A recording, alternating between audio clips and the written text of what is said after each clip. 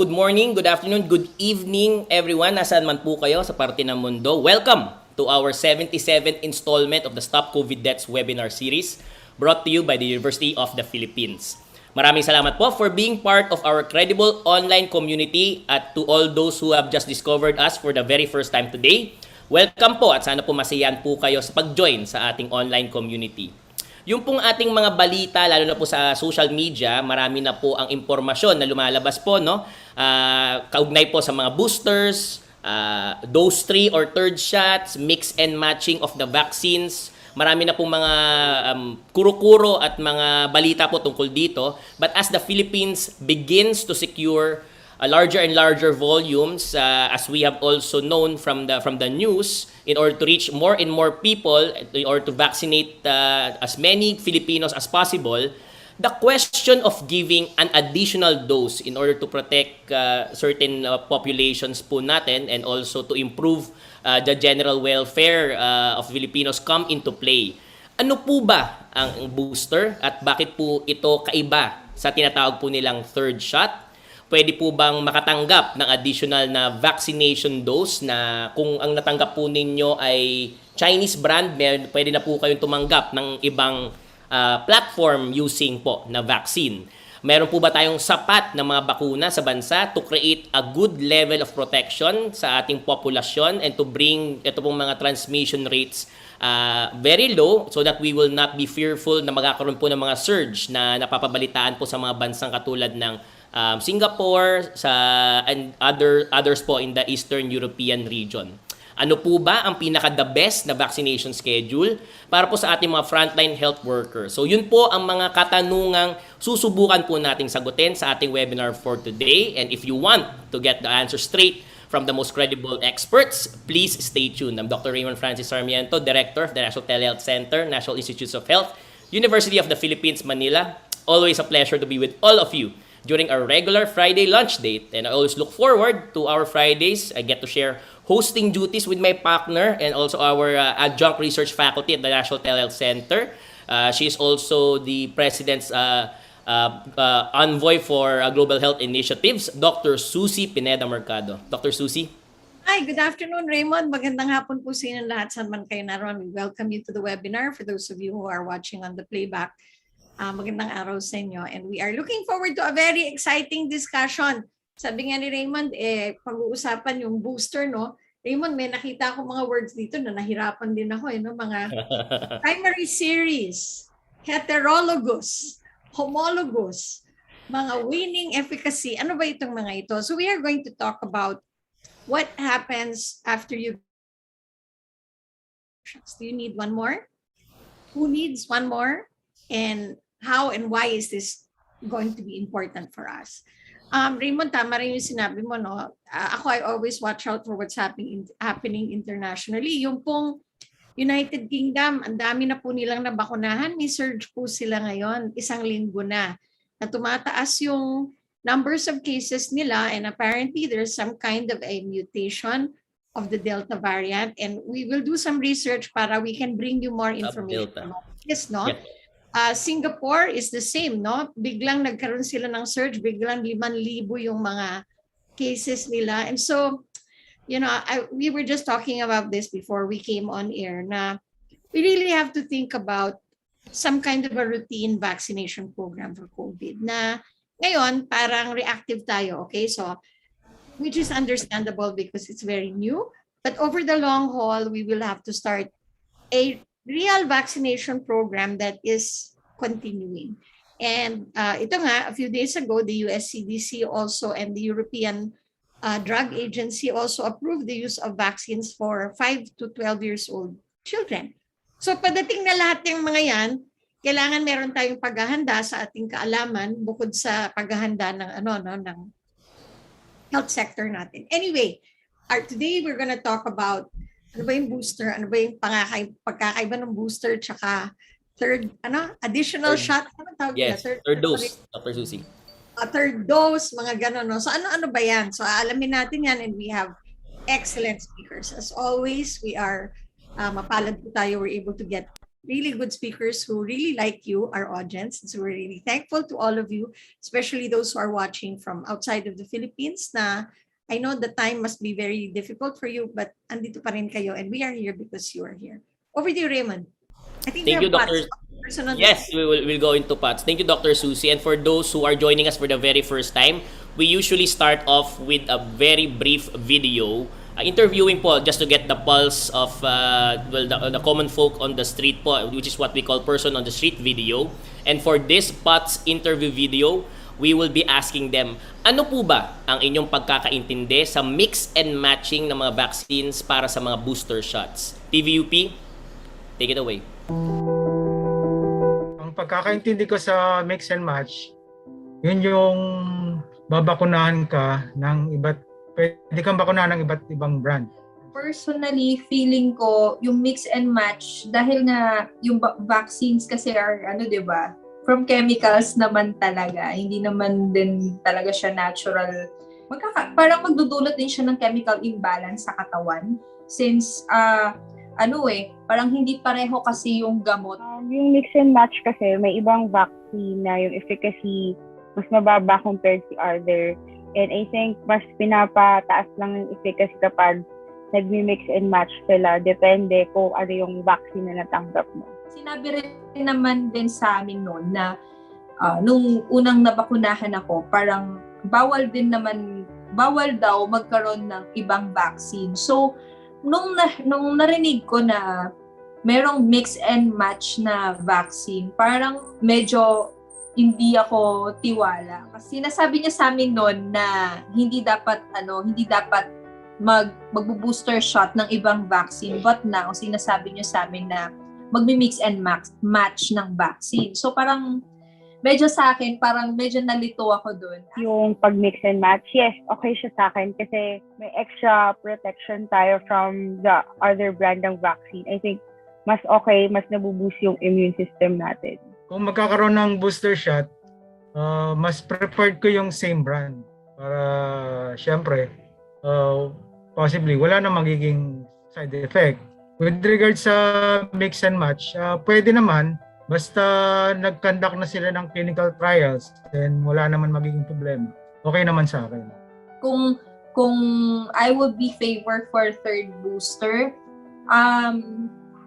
mas pipiliin ko yung naunang ko din, bakuna. For safety lang. Kasi hindi mo rin talaga sure kung anong epekto sa'yo ng ibang bakuna eh.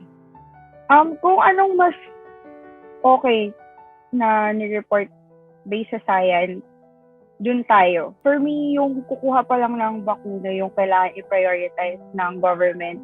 Kasi mas okay na mas maraming nabakunahan kaysa sa may bakuna ka nga and may booster ka nga, pero iilan pa lang kayo. Huwag kayong magsisettle for less kasi una sa lahat, kalusugan nyo yan. Katawan nyo yan. Alam nyo kung ano yung nararapat sa inyo. Sana magpa-vaccine na kayo para mag-normalize na tayo this coming Christmas and para ma-reach na natin yung herd immunity. Okay, thank you very much, TVUP. It's always very interesting to see what ordinary people are thinking about boosters, mix and match, and so on. And I think in this webinar, we will be enlightened. Maintindihan natin kung ano ba ito at ano yung dapat asahan natin. Okay. So Raymond, over to you. Thank you, Dr. Susie. Thank you also, TVUP, for that interesting person on the street video po, no? As mentioned, our webinar, at least for Zoom, we are able to accommodate a maximum of 3,000 participants. Currently, we are, a little less than 900 participants in the Zoom. But for those who are joining us in YouTube of the TVUP channel and also in the Facebook accounts for the University of the Philippines, TVUP, and Stop COVID Deaths, please let us know. Give us a shout out. Don't hesitate to tag us, especially if you are doing those watch parties that we all know you are taking part of.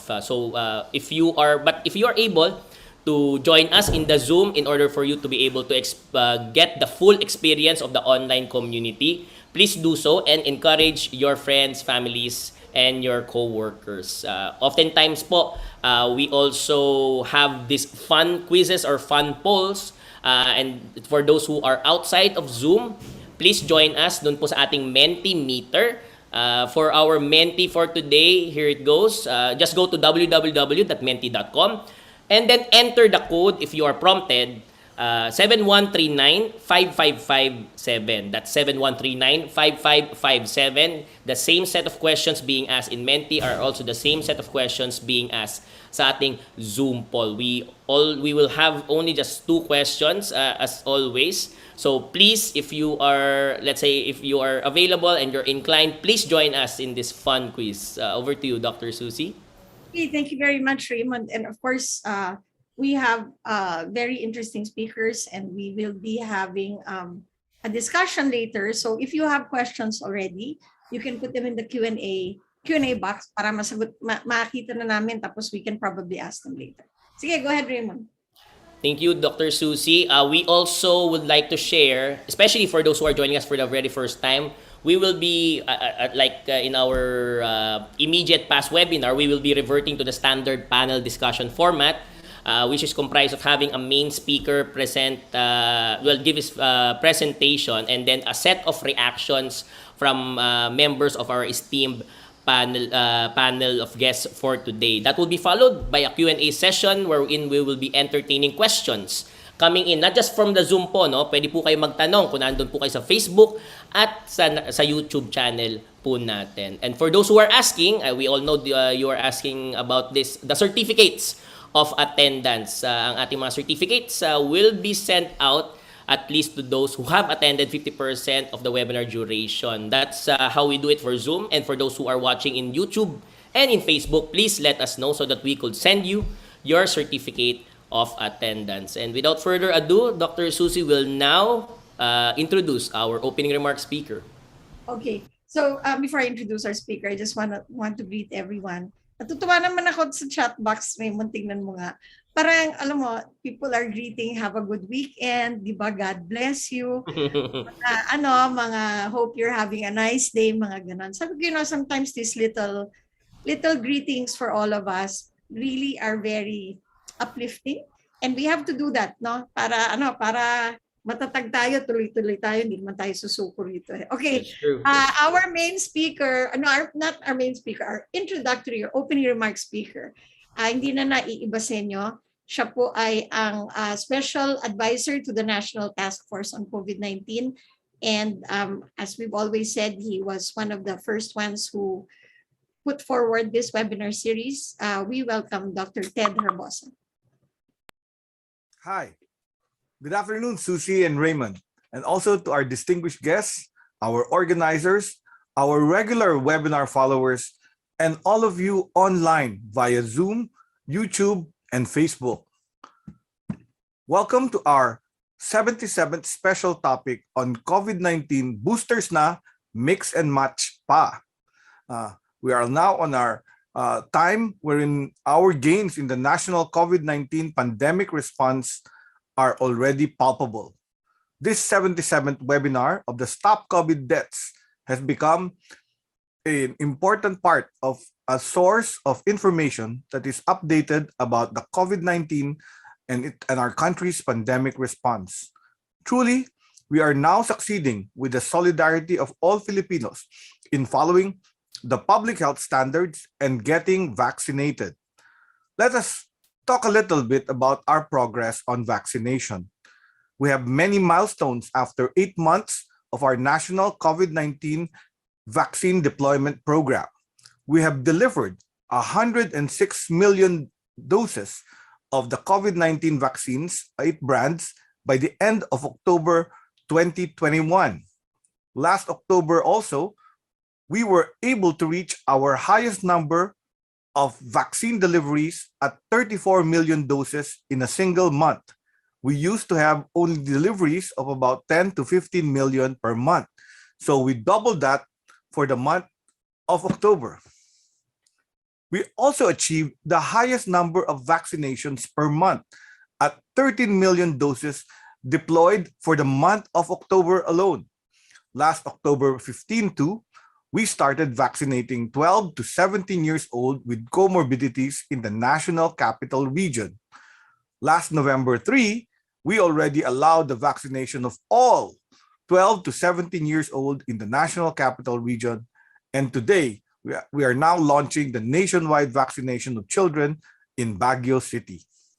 We continue to discuss this governance level, the feasibility of third doses for healthcare workers and the immunocompromised following recommendations by the World Health Organization's Strategic Advisory Group of Experts on Immunization. There is continuing debate on the use of heterologous doses as third doses. And with this background at hand, I do hope that the discussions this afternoon from our experts will enlighten our viewers of all the issues about third doses and heterologous vaccinations. Sit back, listen, and learn from our experts. Thank you very much. Back to you, Susie and Raymond. Thank you very much, Ted. And we look forward to you joining us in the Q&A later. Okay, so Raymond, we do have meron tayong fun quiz, di ba? Yes, we do. Yes, we do, Dr. Susie. But before that, as early as now, we'd like to encourage everyone, at least dito po sa ating Zoom and also dun po sa ating YouTube and Facebook, to key in your questions. If you have any questions, especially dito po sa ating Q&A, we are seeing 5 questions right now sa ating Q&A sa Zoom. Hopefully, mas marami pa pong pumasok na mga katanungan para po sa ating mga panelists for today. We encourage you to start typing those questions now, especially if you are outside naman po of Zoom. Please put it in the comment section and we will be picking out which questions to ask. In the Zoom also, you might be prompted, at least 1 or 2 of you might be prompted to open your videos po and be elevated as part of the panelists to be able to ask your questions live to any of our panelists po, no? So please watch out for that, and hopefully you'll be able to join us during the Q&A session. Now we move on sa ating fun quiz. Thank you so much, TVUP. We are seeing 2 questions. We have Menti on the yan, si white blood cell ulit. Thank you so much. Cute naman. Cute, Raymond. Yes. First question. Booster shots provide stronger and longer-lasting protection against COVID-19. Medyo madali lang po ito dahil ito po ay true or false question lang po. We are seeing a little over 100 of our respondents at least typing in ang kanilang mga kasagutan. More than 200 na po ngayon. They're probably coming in from the DepEd of Pangasinan Division 2 Binalonan, Pangasinan, from DOH Mega Drug Abuse Treatment and Rehabilitation Center in Nueva Ecija, Unilab in Mandaluyong, Lubang District Hospital in Lubang Occidental Mindoro, LGU Ginobatan in Albay, Capiz State University Pontevedra Campus in Capiz, Davao Medical School Foundation Hospital, and Davao City, Davao del Sur. We are also being viewed internationally. We saw a number po of our located po outside of the Philippines sa chat, but those who have registered are those coming in from Bangkok, Thailand, Ho Chi Minh, Vietnam, Penang, Malaysia, Taipei, Taiwan, Bhopal, India, Luigi Ali University of Blida 2 in Algeria, Dammam, Saudi Arabia, and Dubai, United Arab Emirates. So maraming salamat po sa inyong lahat. We all know na iba po ang inyong time zone, but you still stick and are still one of our avid viewers for our webinar. Question number 2. What entities are allowing mix and match for booster shots of COVID-19 vaccines? Medyo mahirap po siyang makita dito sa ating Menti dahil nagkakanda patong-patong na po siya, but the options are US FDA, option 2 European Medicines Agency or the EMA, option 3 the Canadian government, option 4 the Singapore government, option 5 South Korea government, option 6 the government of Spain, option 7 the government of India, option 8 the Philippines Health Technology Assessment Council, and the last option, all of the above. We will not be closing our fun quiz. We are seeing a little over 600 respondents. Maraming salamat po who are joining. And as we move on to our webinar proper. Over to you, Dr. Susie. Okay, thank you very much. Thank you very much, Raymond. And Yeah, I'd like to greet everyone who's watching outside of the Philippines. Nakakatuwa. Raymond, mga health workers natin who are outside are monitoring what's going on here. Okay, so our main speaker, we couldn't bring you a better speaker than this, no? And we really try our best to get you the best possible speaker. So let's welcome man of the hour. Our country is so fortunate that he is the person in the position he is in right now. Kung hindi, nagkawindang-windang na talaga tayo. So I'd like to welcome a highly respected colleague of ours, Dr. Eric or Rolando Enrique Domingo, who is the Director General of the Food and Drug Administration. And he has been really working, I don't know if there's more than 24/7. Ano ba yung more than 24/7? Hindi ko alam. 25/7. 25/8 na ito, no? Pero, you have to hear it from him. Kasi, minsan, pag nakikita natin sa social media, tsaka yung mga balibalita, hindi napapaliwanag ng mabuti. So, nandito po si Dr. Domingo. We are very, very happy and honored to have him here. At lagi niya tayong pinauunlakan kasi alam niyang mahalagang nalalaman nyo, mga frontliners, kung ano talaga ang nangyayari sa Food and Drug Administration. Okay, welcome, Eric. Hi, thank you. Good morning. Ay, tanghali na pala dito, no? Si Ma'am Susie, parang hindi ibang time zone, ano? Yung freshness, ibang-ibang. Ang ganda-ganda. Hindi naman ako makahindi lagi, basta TVUP. Si Raymond, isang text lang yan. Yes, agad. I just want to, of course, give information para malaman ng mga tao. Kasi yun na yung tanong ngayon eh. Ano ba yung booster? Ano ba yung third dose? Kailan ba? And of course, yung technical information, the scientific data, mas magaling sa akin sila Dr. Carmela dyan. Lapitan sa kanya yan mamaya. But I would like to give everybody some information on where are we now, no, and what to expect pagdating po dito sa pinag-uusapan na booster shots. Next slide, please.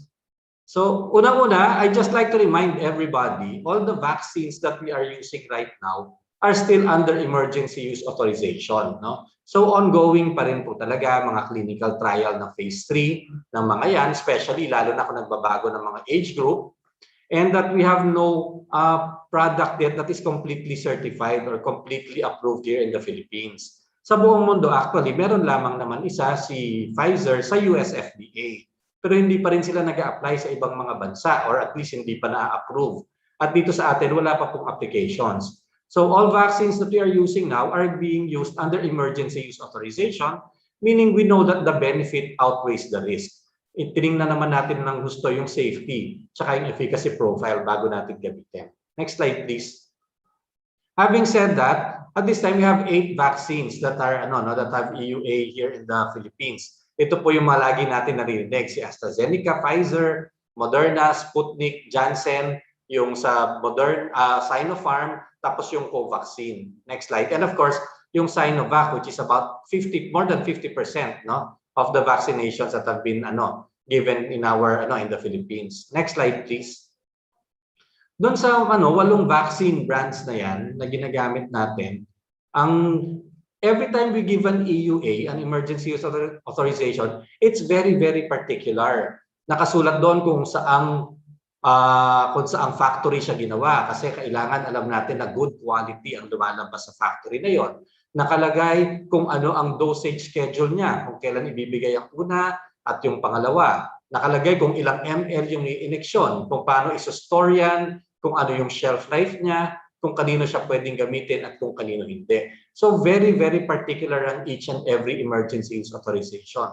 Right now, we have 2 vaccine brands na aside from the usual adults, pwede na rin binigyan na rin natin ng amendment to include children. Ito yung Pfizer and Moderna for children 12 to 17. Yung 5 to 12, ina-expect natin mag-a-apply na rin siguro ang Pfizer sa atin within the month kasi nabigyan na rin sila ng authorization sa US. And of those vaccines that are being used now, 6 of them have an approved dose regimen of a 2-dose schedule, meaning isa ngayon and then after 4 or 8 to 12 weeks, for example, sa AstraZeneca, ibibigay yung second dose. There are 2 vaccine brands that are approved as a single-dose preparation. Ito yung Janssen at saka yung Sputnik Light. Next slide, please.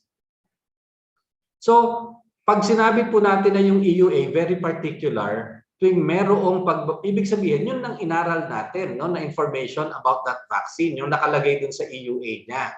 Yung kanyang manufacturing, yung kanyang kung kanino pwedeng inject, at lahat ng schedule. So every time, magkakaroon ng pagbabago. When you have a variation on the product, then you have to apply for an amendment to the EUA, and then you submit the data that will support that amendment.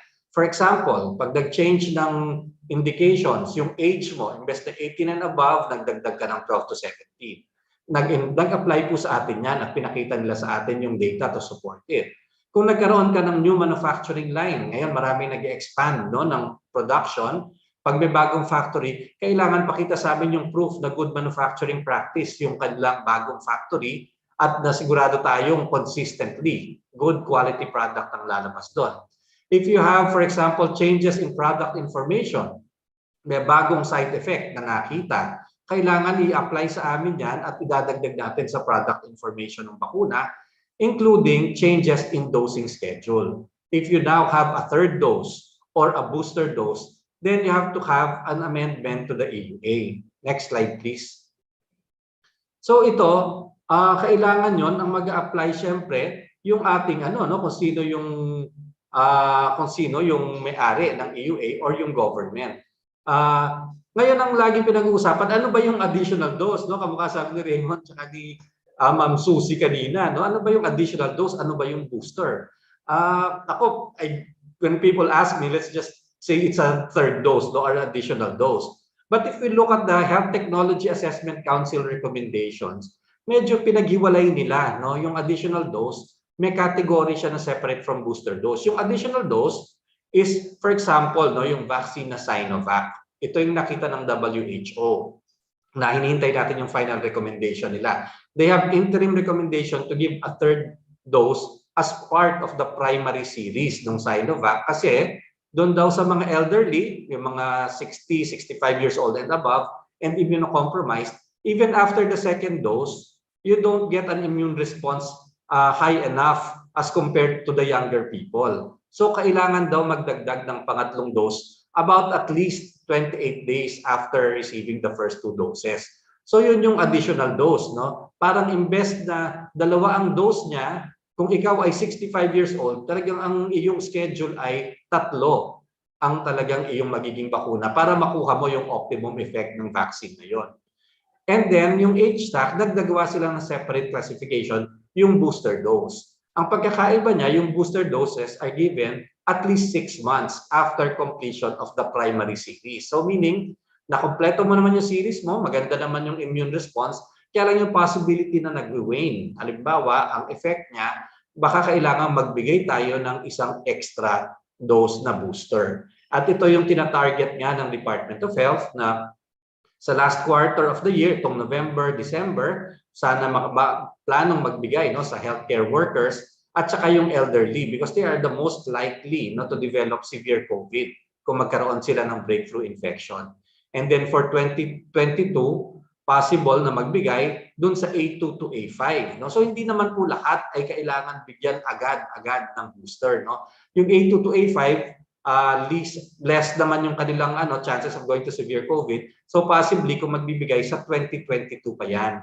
And ibig sabihin lang, no, kung magbibigay, no, kailangan muna, nabakunahan muna natin ang karamihan ng Pilipino. Kasi mas importante pa rin na mabakunahan yung unvaccinated. No? So ang kondisyon na nilagay ng H-tag is dapat at least 50% of the population should be vaccinated before we start giving, no, itong mga extra doses dun sa mga populations na A2 to A5. Next slide, please. So, sino nga bang mag-a-apply ng EUA amendment para magbigay ng third dose? So, yung kumpanya na nag-develop ng produkto at siya yung EUA holder, maaari siyang mag-apply. And probably for homologous vaccines, katulad nga ng sinabi ni Ate Susie kanina, no, homologous is same vaccine ang ibibigay sa iyo na third dose. Siyempre po, yung mga kumpanya na nag-develop, probably sila ang may data at sila yung interested na mag-apply niyan for homologous vaccines. Kaya lang yung heterologous vaccines, meaning iba yung first 2 doses mo, iba yung third dose, ang mas interesado ngayon na mag-a-apply niyan would probably be the program implementer. In this case, the Department of Health. And of course, kailangan i-submit nila ngayon yung clinical data that will support that application so that we can verify it and take a look at it, and our experts can do an evaluation. Next slide, please. So, parang bagong bakuna naman na siya ngayon, kasi dati 2 doses siya, nakita naman natin, minomonitor natin for the past 6 months, maganda naman yung safety and efficacy. Pero pag nagbago tayo ng schedule, magkaka-third dose or magkaka-mix and match, then magkakaroon syempre tayo ng obligasyon na bantayan ng gusto pa rin ang mga nabakunahan. We have to have very strict post-authorization monitoring, and the companies and the Department of Health will have very specific pharmacovigilance obligations. Kailangan tingnan natin kung ano ngayon ang nangyayari sa mga nababakunahan, at kailangan every now and then we have to assess to make sure that the benefit to risk ratio is still very beneficial. Positive pa rin. Dapat yung benefit outweighs any risk. Next slide, please. So may mga bansa na nababalitaan naman natin nagbibigay ng mga boosters. Pero of course, hindi naman to for lahat ng tao. Usually, inuuna yung mga healthcare workers, tapos nga yung mga senior citizens at maraming comorbidities na possible na magkaroon ng severe COVID. So sa US, sa Europe, Asia, and some Latin American countries have started their giving booster shots. Next slide, please. Of course, yung mga bansang yun, nauna rin namang nag-umpisang magbakuna din sa atin. Kaya medyo mas matagal-tagal na vaccinated yung kanilang mga first tayo. Nasa 6 to 7 month pa lang naman tayo ng mga first na nabakunahan. Kami mga first na nabakunahan sa PGH to March 1, natapos kami March 29. So we're now on about 6.5, 7 months from our completion of our vaccination. Now, the US FDA, if you've heard, has actually given the go signal to give a single booster dose vaccine for both Pfizer and Moderna. Yung Pfizer, ang inallow nila na booster dose is the same as the first 2 doses. Yung Moderna, half dose ang binibigay na booster compared to the first 2 doses. And it is given at least 6 months after completion of the primary series. But it's also not for everybody. Ang pinapayagan din sa US ay number 1, 65 years and older, yung talagang mas nakatatanda. Kung ikaw din naman ay 18 to 64 years old na at high risk for severe COVID-19, meaning you have a lot of comorbidities. Kung malusog ka na 18 to 64, hindi ka kasama doon sa binibigyan nila ng booster shots. And also, people who are frequently exposed to the virus, meaning healthcare workers. So yung 18 to 64, kung healthcare worker na mataas ang exposure, binibigyan din yon. So select din naman, hindi naman siya talaga para sa lahat. Next slide, please. Yung US FDA, nagbayad na rin na yung Janssen vaccine, which is a single-dose vaccine, pwedeng bigyan ng second dose, at least 2 months after completion. Because they've seen that if you give a second dose, of course, merong higher na immune response compared to just a single dose. At ang US FDA actually pumayag sila, depending sa availability dun sa lugar ninyo, to do a mix and match. Kaya lang, we have to put this into context. Pag sinabi naman kasing mix and match sa Amerika, tandaan po natin sa Amerika, tatlong bakuna lang naman ang ginagamit. Moderna, Pfizer, at saka Janssen. So yun ang meron silang data at inaral din naman nila yung pag-mix and match. Dito po sa atin, 8 bakuna ang ginagamit. Kaya medyo mas madaming inaaral yung ating experts kasi ang daming possible combinations kung mix and match din lang ang pag-uusapan. At yung iba po, hindi naman lahat merong data na enough to be able to support giving a mix and match vaccine. Next slide, please. Next slide, please. So, yung experts group ng Department of Health, nung last meeting na nila na na-attendan ko, ang kanilang sentimiento is that booster doses or those third doses may be procured, but let's wait for the WHO SAGE na final recommendations on giving a third dose. Kasi meron silang interim recommendation, pero yung final recommendation nila sabi lalabas ngayong mid-November 2021. So titingnan lang din natin para ma-check natin kung magkatugma ang ating naiisip na programa when it comes to boosters.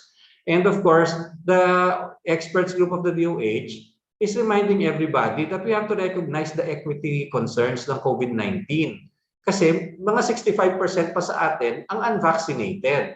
So, mas importante, mas priority na mabakunahan muna yung unvaccinated, no, bago tayo magbigay ng added doses sa mga tao na vaccinated na. Kasi hindi naman tayo magkakaroon ng herd immunity kung ang mga 1/3 of the population ay given ng vaccines tapos may booster pa pero may 65% na unvaccinated, no? So we really have to achieve first a very high, no, vaccination coverage ng mga tao in the general population, tsaka ng mga, lalo na yung mga unvaccinated pa, not even a single vaccine. And they suggested the flexibility in pursuing both the homologous and heterologous nga na vaccination strategy. Next slide, please. So, as of now, ito yung nag-apply sa amin sa FDA ng ng variation niya ng amendment sa EUA. Ang Pfizer has applied for a third dose booster, ang AstraZeneca third dose din for the same vaccine, no? Sinovac nag-apply din sila ng third dose booster amendment for the same vaccine, and Sputnik also, meaning use homologous lahat yan, ano? Ngayon yung Health Technology Assessment Council, meron silang recommendation na hinihiling nila na pag-aralan din natin. Ito yung heterologous, meaning AstraZeneca ang primary mo, tas ang booster Pfizer. At ito may mga studies ito sa US at saka sa sa Europe. Hinihingi din nila na aralin yung Sinovac ang primary, tas ang booster might be Pfizer or AstraZeneca, and then yung mix and match ng Moderna and Pfizer. So ito ngayon ay nasa pag-aaral, no, ng ating vaccine experts. Next slide, please. So like I said, no, ang dami ng possible na mga permutations and combinations. Kaya po talagang nung pinasa namin last week sa vaccine experts yung ating data, they asked naman for 1 to 2 weeks to look at it. So where are we now? The applications for boosters are under evaluation by our experts. And I believe now within 1 to 2 weeks, we're going to get the recommendations. And we will be able to come up with final decisions on that. Yung WHO, final recommendation, we expect that to come out also about around the same time, siguro within the next 2 weeks. So para naman po ma-double check din natin, no, yung kanilang mga diskusyon at counter check din natin doon sa atin pong mga recommendations. And right now the DOH is preparing the guidelines on how to roll this out once maging ready na. So we do expect that possibly towards the end of the month or by December, baka maaari na pong mag-umpisa magbigay ng additional doses. And what I expect, of course, is that it will be given unang-una sa healthcare workers who are exposed to COVID and senior citizens and vulnerable individuals. Yun din siguro po ang uunahin natin at later on, possibly go on to the other population groups. So I think that's the end. So thank you, and later on we'll be answering questions. Okay, thank you very much. That's Dr. Eric Domingo, who is our Director General and Undersecretary for the Department of Health, Director General of the Food and Drug Administration. Napakalinaw, no? Maganda talaga kasi minsan yung may oras tayong pakinggan yung may detalye. Kasi kung hindi, medyo tumatalon tayo sa mga bali-balita. But I thought that was a very clear explanation, and thank you so much, Eric, for putting that together for our community here. Okay, over to Raymond. Thank you, DJ Eric.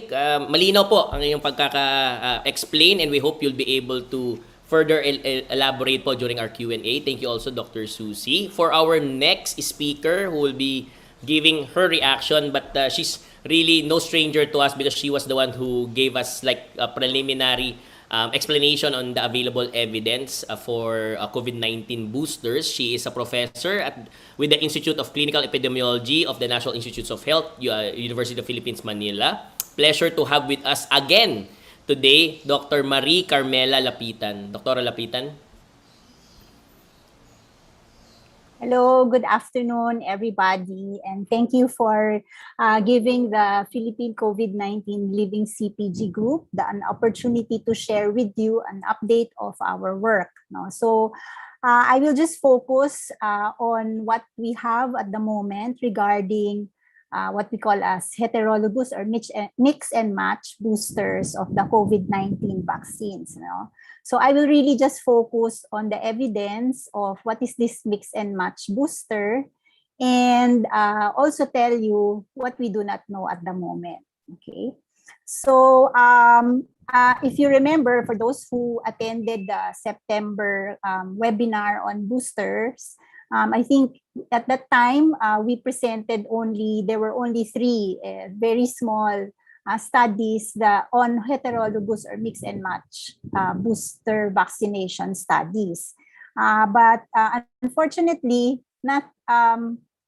fortunately, there are more studies now, but as of October 23, when we did our last search, although of course we're continuously updating our search, there are only 13 studies that look into the effect of mix and match booster vaccinations. And not really very well designed studies.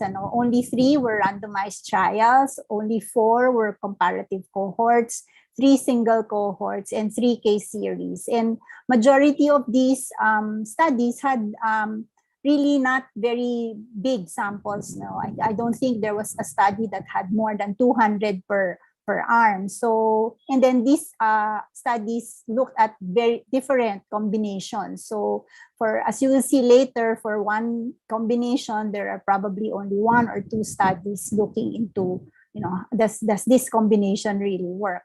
And none of these studies actually tell us or gave us any clinical outcome. So they didn't tell us whether it actually reduced or improved protection, reduced infection rates, because all of them only gave us results as far as antibody titers or cellular response.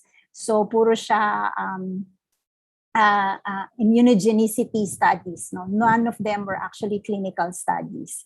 And all of them were short-term studies. No? The maximum or majority of them, nearly all, just had looked at outcomes at 28 days. Especially safety was looked at only for the first 28 days after the booster. And that antibody titers and the cellular response was mostly measured at 28 days after the booster. So no long-term outcomes really in these 13 studies that we found. No. So if you ask me, so how strong is the evidence regarding heterologous or mixed match boosters? Based on the types of the studies, the number of samples, the types of outcomes, we really generally, the evidence is still really of low certainty.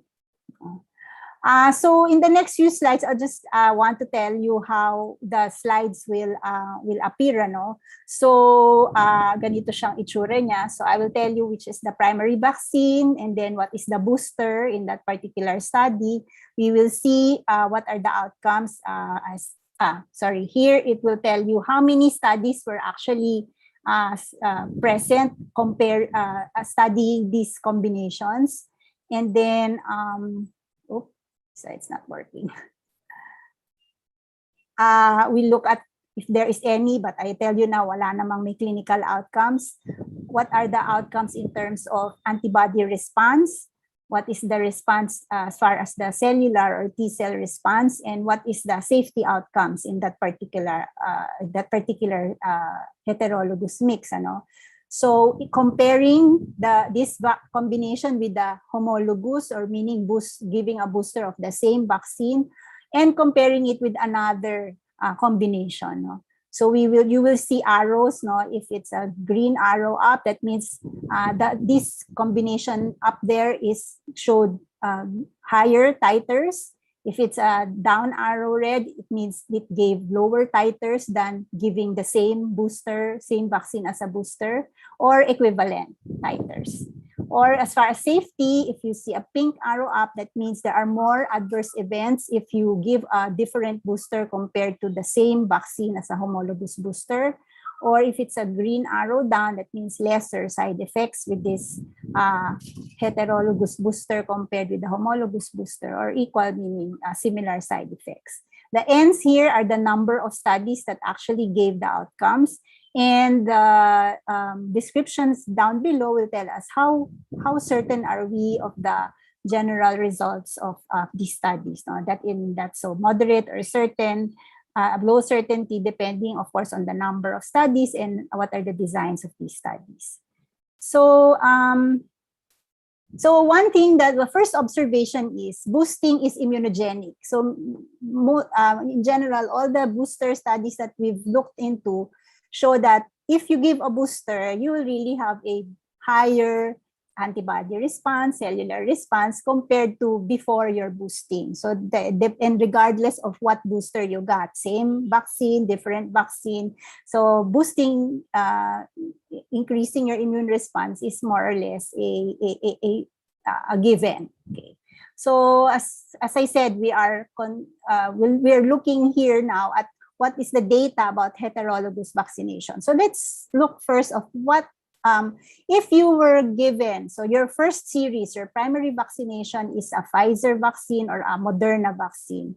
What happens if you give a different vaccine as a booster? So let's first look at Pfizer boosted with a Janssen vaccine. There are only 2 studies that look into this, and it showed that you get lower antibody titers compared to if you were boosted with the same Pfizer vaccine, and lower antibodies with this combination if you were given an mRNA or a Moderna booster instead of a Janssen booster. But as far as safety is concerned, the safety profile is the same between all these combinations. Now, what if you're given a Moderna as a booster after a Pfizer vaccination? And again, there are only 2 studies and very small ones, and one is a case series. The results showed higher titers with this heterologous boosting compared to if you get the same Pfizer vaccine as a booster, and also higher with a Pfizer-Moderna combination compared to a Pfizer-Janssen combination. Again, safety profile is equivalent across all these combinations. No cellular response outcomes were available in these 2 studies. Now, what if you got Moderna first, followed by a Janssen? So compared to getting another Moderna as a booster, this heterologous combination had lower antibody titer responses. And also, this combination is you get lower titers if you compare it with a Moderna followed by a Pfizer combination. Safety is the same again across all these different combinations. What if you got a Moderna followed by a Pfizer? There are 2 studies that look into that. A Moderna followed by a Pfizer had higher antibodies compared to a Moderna followed by a Moderna. And definitely much higher antibodies if this combination was compared to a Moderna followed by a Janssen. Safety is the same across all these combinations. Again, only 2 studies, so our evidence is of low certainty. Now, there was one study, a randomized study, that looked at adding an AstraZeneca to either a Pfizer or a Moderna primary vaccination. So when they compared an Astra booster to a same, either if you got the Moderna first, you get the same, or a Pfizer first, you get the same. A booster with an Astra showed there was one type of antibody response. The titers were higher with the heterologous, although the seropositivity rate was the same with the heterologous compared to the homologous. Cellular response was higher if you were boosted with an AstraZeneca compared to another mRNA vaccine. And there was less side effects with a Astra booster compared to an mRNA booster. So that's just one study though, but it was a randomized trial. There are no studies that look at combining either the Pfizer or a Moderna with all these other vaccines that are available in our country. So we don't have any evidence. We cannot tell you whether it's good, bad, worse, better if you get these combinations because there are no studies about this. Now, what if you got the Janssen vaccine first? So what are the studies that looked at heterologous combinations? A Janssen followed by a Pfizer vaccine. There were 3 studies. Now, one of them was a randomized trial. It showed that this combination is yields higher antibodies compared to a Janssen-Janssen combination, but lower antibodies comparing a Janssen-Pfizer with a Janssen-Moderna. So the same also with your cellular response, a higher response with a Janssen-Pfizer, but lower with a Janssen-Moderna. Safety is equivalent across all these combinations. Now, a Janssen followed by a Moderna, this showed really much higher humoral response or antibody response when compared to a Janssen-Janssen combination. There's also a higher response with a Janssen-Moderna compared to a Janssen-Pfizer.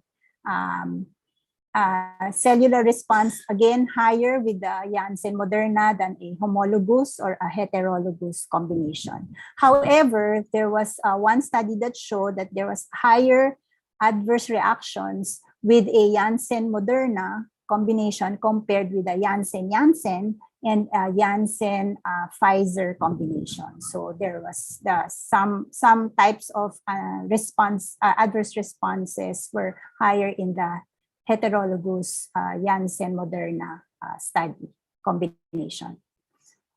But there are no other studies combining Janssen with all these other vaccines, and also we don't know what the effect of these heterologous combinations would be. Now, what about CoronaVac, which is the most used vaccine in our country? No? More studies, I think there are a total of 6 studies that looked at heterologous vaccination with a primary Sinovac. But if you look at individual combinations, like for example, a Janssen-Pfizer combination, there was only one study that looked into that, and it only looked at comparing a Sinovac Pfizer and a Sinovac AstraZeneca combination. And it showed that a Pfizer booster yielded higher antibody response than a AstraZeneca booster, but the side effects were equivalent between the two groups. Now, combining CoronaVac and or Sinovac and Astra, there were more studies. There were 3, although there were only 2 studies that compared it with a homologous or another heterologous combination. No? It showed that a heterologous vaccination with Astra showed much higher antibody response compared to a homologous Sinovac booster vaccination regimen. However, when you compare it with a Sinovac Pfizer, it had lower titers, this Sinovac Astra combination. But side effect wise, they were equivalent. There's a study though that a randomized study that looked at compared homologous Sinovac vaccination with a heterologous using an Ad5-nCoV, which is unfortunately not available in our country, no. And this combination showed very high titers, antibody titers of this heterologous when compared to the homologous booster vaccination, as well as higher cellular response. However, there was much higher adverse reaction with the heterologous compared with the homologous booster regimen. Okay. And then, unfortunately, there are no studies to tell us what is the effect of boosting Sinovac with all these other vaccines, Moderna, Sinopharm, Covaxin, Janssen, and Sputnik. So we don't have the studies for that. So, and then for those who got these vaccines as their primary, like me, I'm a AstraZeneca primary vaccinee. There are no studies that looking at heterologous boosting, no? With this primary vaccination series. So I don't really know whether a heterologous booster will actually be beneficial to me because I don't have the studies for that. So in general, what our observations are, heterologous boosters are highly immunogenic, and they are even more immunogenic when you compare it with homologous boosting. Although, of course, there are some exceptions. There, as you saw earlier, there are some combinations that actually had lower titers and lower responses when compared to the homologous booster regimen. But generally, it's more immunogenic. And they are generally safe, although there are also some combinations that may cause some more adverse reactions. So those are our general observations. However, as I said, for me as a as a vaccine recipient, no, as a patient, and me as a doctor, no, I still have unanswered questions. I still do not know, for at least to satisfy myself, what is really the best combination. Let's say whether it's a homologous booster or even among the heterologous boosters, I don't know which is the best combination and when is the best time, because in the different studies, the timing of the booster were different, although majority of them was given around 6 months. And how long do the effect of the booster last? We don't have the answer to that. And how often should I get a booster? There's no answer to that as well. And is an additional dose safe? We know probably it's safe in the first 28 days because we have the data for that. But more than that, unfortunately, the evidence is not there yet. And as a researcher, there are still more questions now that we need to look into. No? So what is that level of immune response that actually translates to clinical protection? No? Does how much higher of an antibody titer actually means additional clinical protection? So what is this correlate of protection and is it the same for all vaccines? And with more studies coming, no, with newer, better studies, will the results of these newer studies be the same as what we have in the 13 studies that I've presented to you? So when we look, there are nearly 100. So marami pa po akong trabahong in the next few months. Now, there are 96 registered trials just on booster vaccination alone. And 89 of them are active and recruiting or enrolling. So maybe when I wake up tomorrow, there's another publication that can add to our information, hopefully, because more information means there's more guidance for us. No? But in the October 25 meeting of the WHO that focused on what are the updates on boosters, no, by the time it ended at around 12 midnight, the last really message that it concluded with is that each dose of vaccine will save more lives if provided to the unvaccinated versus being used as a booster in a general population. So given what we know, what we don't know, the stand for at the moment, particularly on a global context of the WHO, and I think this is also what the HTAC is recommending at the moment, is to focus on vaccinating the unvaccinated. And yes, make preparations for the booster, but really more information will really do us more good. So again, as DG Eric has said earlier, we're really watching for more data and waiting for that WHO SAGE recommendation by mid-November. So that's all that I can share. So thank you very much. Okay, thank you very much. That's Dr. Mela Lapitan of the National Institutes of Health, and nakikita niyo napakahusay, no? Sabi ko, isa pa tong hindi natutulog eh. It's so, to appreciate the process that our experts, our scientists have to do. You can see, no, na maraming pag-aaral na kailangan, hindi lang basta-bastang nagdidesisyon, no? So saludo din kami sa mga researchers, mga scientists katulad ni Mela na talagang masinop, no? Talagang pursigido, tinitingnan nila lahat ng mga detalye para maganda ang desisyon na. So thank you so much, Mela, for that excellent presentation. I thought that was really showing you how complicated it is. Hindi madali. Anyway, sige. Mela, kasama pa tayo sa panel mamaya, no?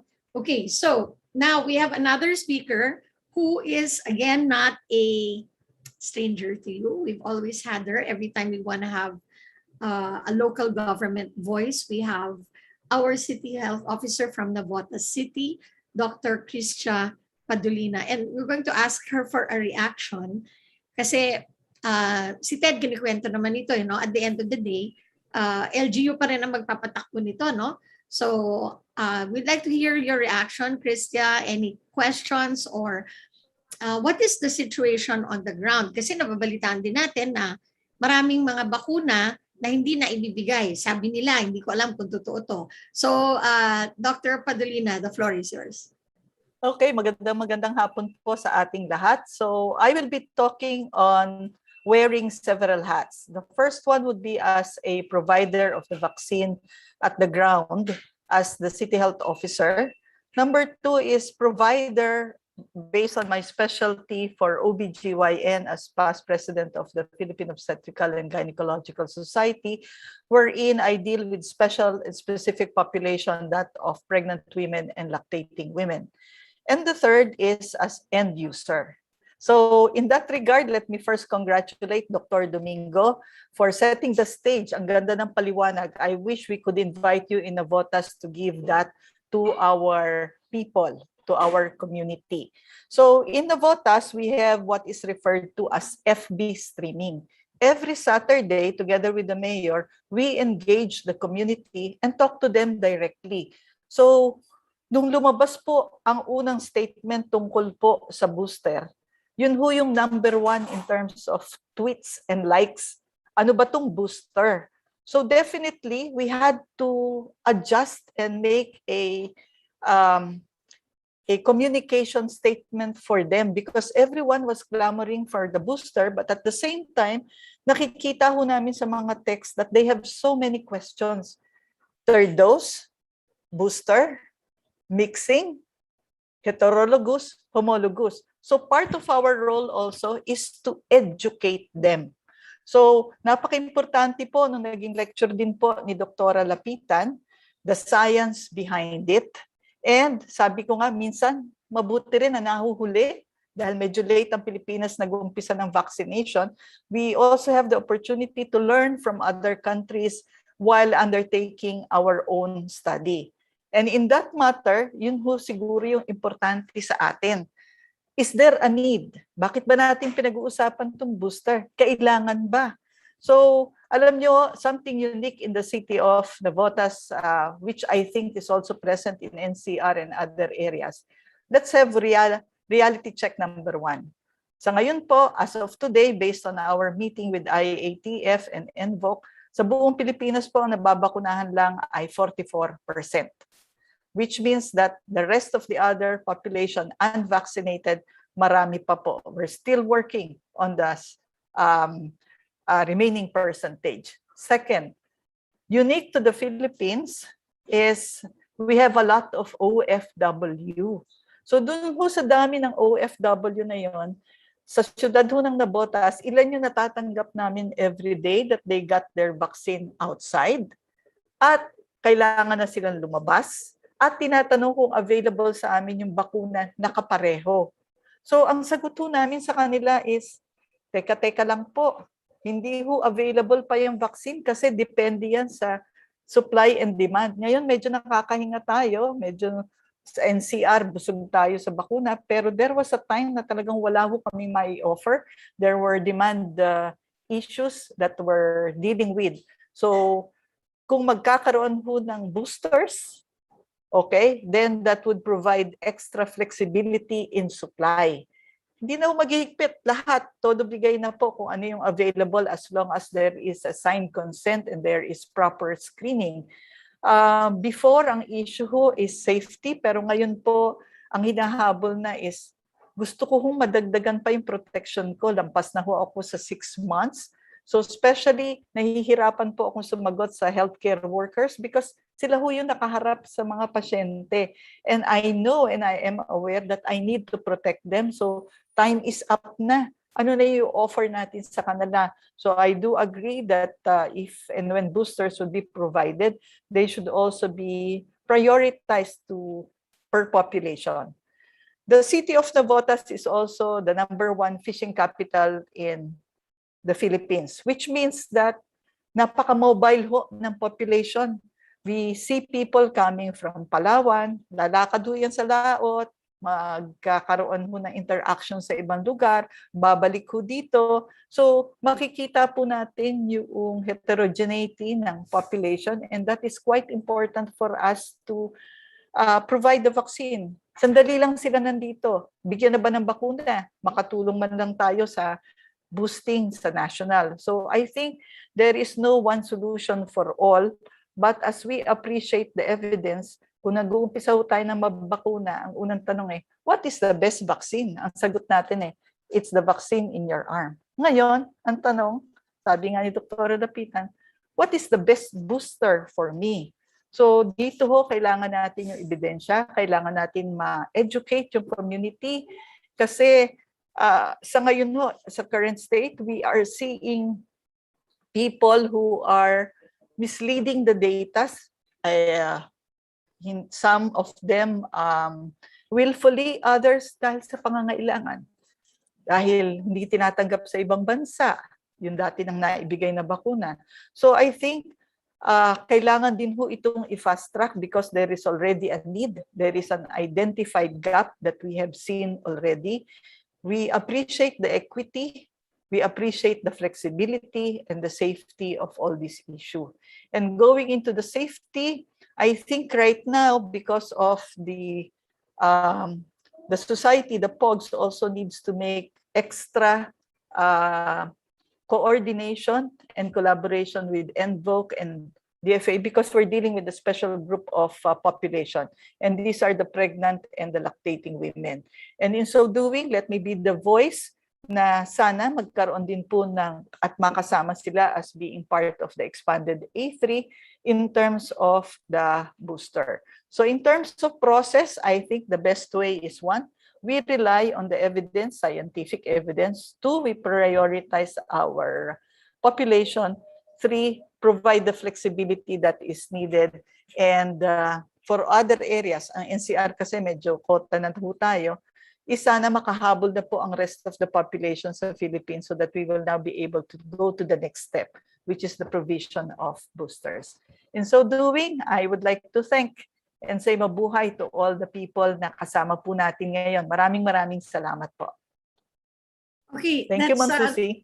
Okay, thanks. That's Dr. Christia Padolina, City Health Officer of Navotas City. So we're gonna call everybody back now for our panel discussion. So I think Ted is here, Eric, Mela, and Dr. Christia.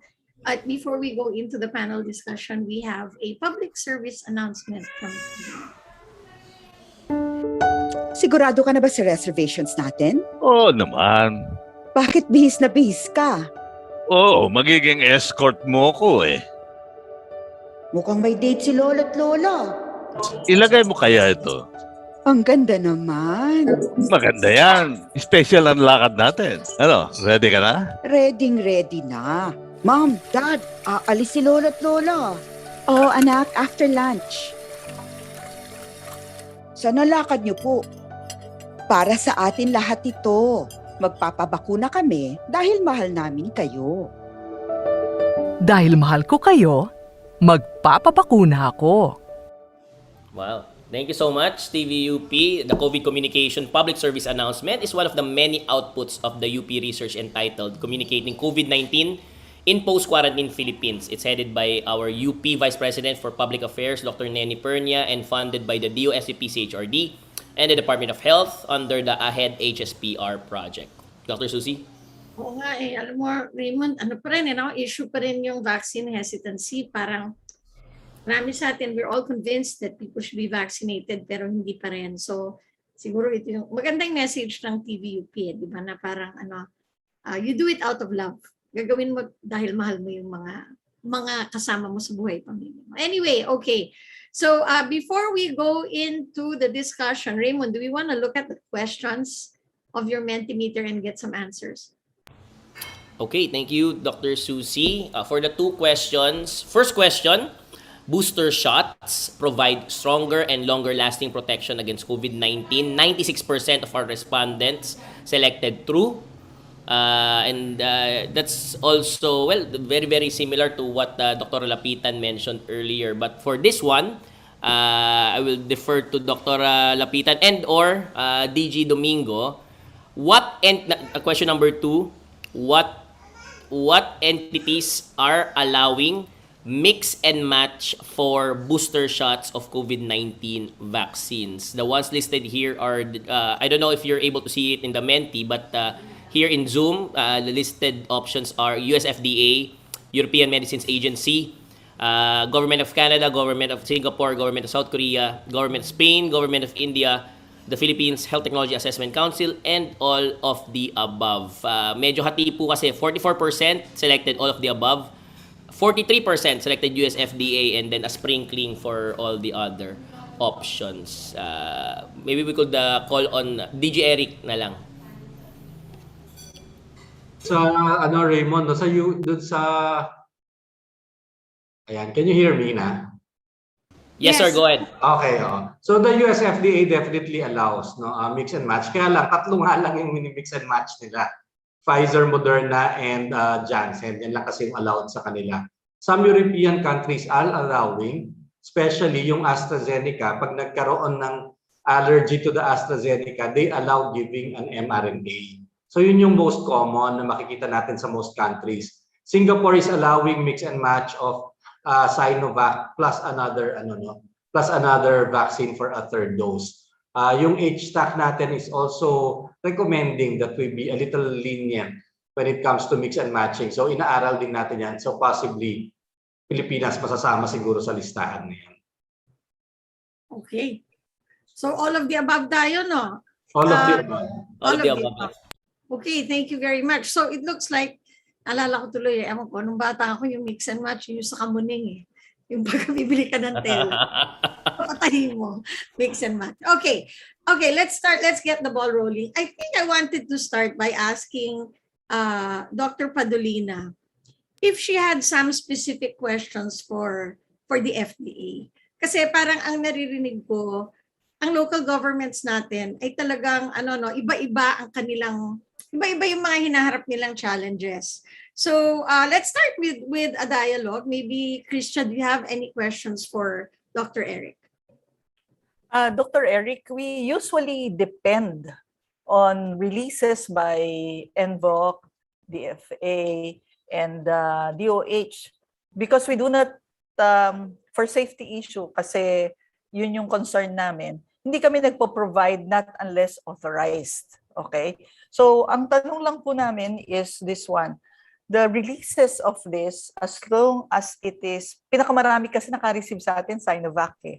So, ang tanong po natin, we hope that when the time comes for releases, these are backed up by data. Dahil ang una pong mabibigyan, I hope, are our healthcare providers. Meron po bang ganun direksyon? Oo, yes, Doktora. Kami sa FDA, for transparency, every time na maglalabas tayo ng amendment sa EUA, we make sure that it is posted doon sa website namin, including the product information, no? And all of the details on what is allowed for use. And you are absolutely right. Talagang we have to make sure na for mga LGUs na not go beyond the emergency use authorization given. Kasi rin dahil nga hindi pa naman fully developed yung products under EUA, yung ating legally mas safe for everybody, no? Kung ano lang talaga yung authorized, yun yung gagawin natin. At yun din yung covered ng indemnification fund natin na nakalagay ngayon na ginawa ng batas. So when we go beyond that, it will be very difficult, no, for us to kung magkaroon ng problema. So kailangan talaga very strict. But we do what we do is we share it with the Department of Health. Oo nga, no, Doktora, kasi pinapadala namin usually dyan mga IATF members, yung DOH, papadalan ko ng copy, pabatas, tapos magpo-post kami sa sa FDA website. But I will find a way nga na para sa LGUs makarating din ng mas mabilis yung information. Yeah, Ted. Ted, are you here? He was here a while ago, Dr. Susie. Oh, si Ted kasi may ikot sa bantayan eh. There Ted, we go. ayan. Ted, you're in the field, no? Are you in Baguio or somewhere?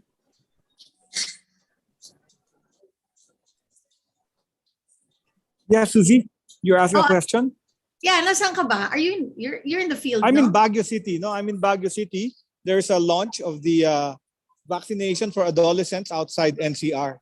So I'm in this mega vaccination center in SM in Baguio, the former Pines Hotel. They do about 2,000 vaccinations a day. It's like 2 floors of the basement parking is being used. The line is all the way down to the to the basement, to two basement levels. And they have several vaccinators, I think about 15 15 tables of vaccinations doing all at the same time. So I'm just waiting for Secretary Galvez and Mayor Magalong to launch this launch it officially.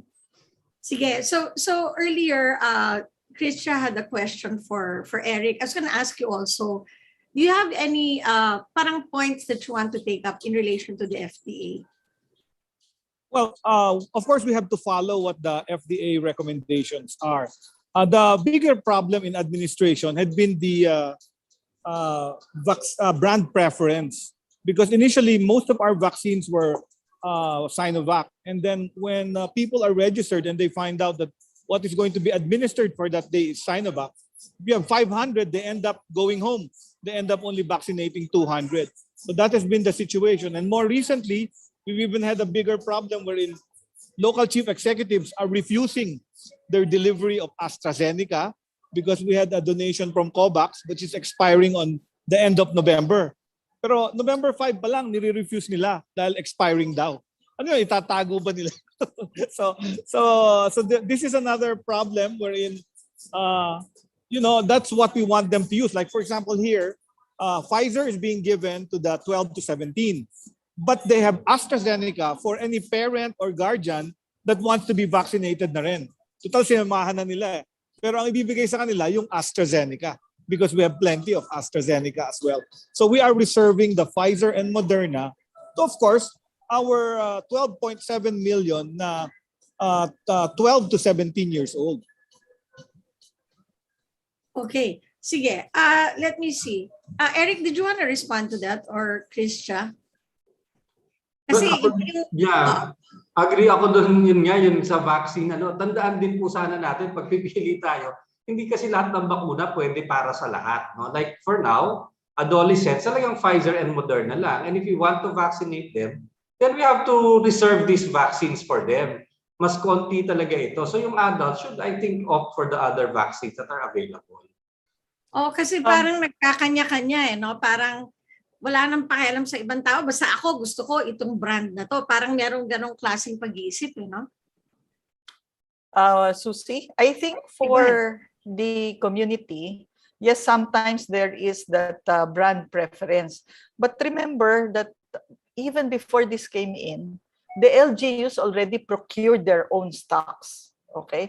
So, sa akin tingin ko, part of it is really educating the community. As long as, like for Navotas, we're now going into focus group discussion.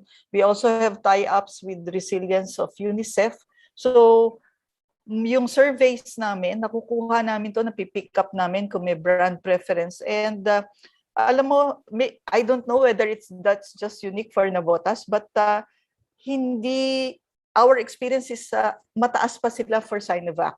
Maybe because our population is mobile, gusto nila matapos agad yung vaccination. The Pfizer talagang binibigay lang sa adolescent, senior citizen, nire-respect nila kung saan man to allocated. So I think if I may go on a different topic, tingin ko dapat din pagtuunan ng panahon ang pag-digitalize ng records. Kasi doon naka-base yung, at makakatulong to kay Dr. Lapitan, makita talaga hindi itago na ito yung na-accept na vaccine, ito yung binigay na booster kung meron man, para maaral yung safety. Sa halip na may mga nakikita din kasi kami na hindi maayos yung pagbibigay ng datos. So we're really ramping up also on our digital technology to ensure that everything else is documented. Yun lang po. Yeah, ako nakakabalita ako ng people who have had Sinovac, and then they go to a place and they're asked, have you had a vaccine? And they'll say no. Para makuha nila yung Moderna. No, so, talagang meron talagang, what should I say? It's not even confusion, parang there's really a preference that's happening, which I think, I don't know how to address that. Raymond, ano bang iniisip mo dyan? So well, a lot of them really is how to mitigate po those who are right now kasi unauthorized seeking of additional doses. Well, it's multifactorial. It really depends on having all of the data be centralized, but also have a way to sort of verify kung talagang yung taong yon ay I mean short of harmonizing all of our data, a way to validate if that person already has received the primary series or not. So and then but in parallel, Dr. Susie, also there's also the issue of and I've also seen it in the Q&A.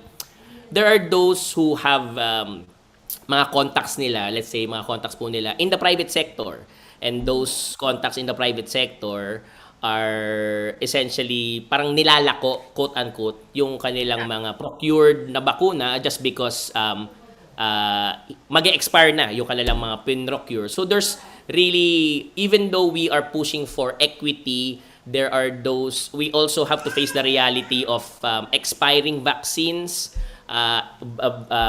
brand preference, and also a relatively high percentage of the population in certain regions that are hesitant to get the vaccine altogether. So it's a confluence of factors po. So even if, as mentioned by Dr. Padolina, 44% of the entire population ang nababakunahan pa lang po with for at least na naka-receive na ng 1 dose.